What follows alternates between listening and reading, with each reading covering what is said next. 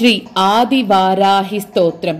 नमोऽस्तु देवि वाराहि जयङ्कारस्वरूपिणि जपित्वा भूमिरूपेण नमो भगवतः प्रिये।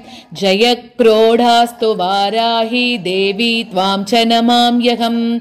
जय वाराहि विश्वेशि मुख्यवाराहि ते नमः। मुख्यवाराहि वन्दे त्वाम् अन्धे अन्धिनि ते नमः।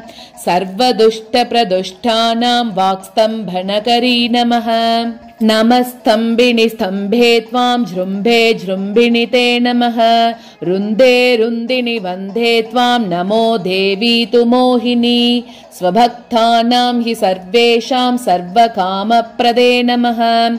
बाह्वो स्तम्भकरी वन्दे चित्तस्तम्भनि ते नमः।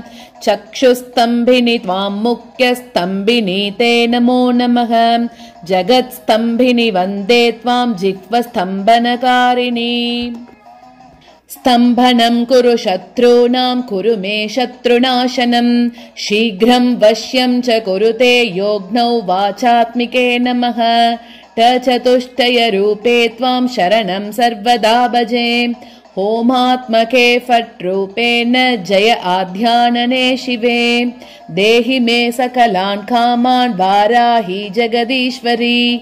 नमस्तुभ्यं नमस्तुभ्यं नमस्तुभ्यं नमो नमः। इदमाध्यानना स्तोत्रं सर्वपापविनाशनम्। पठेत्यः सर्वदा भक्त्या पातकैर्मुच्यते तथा।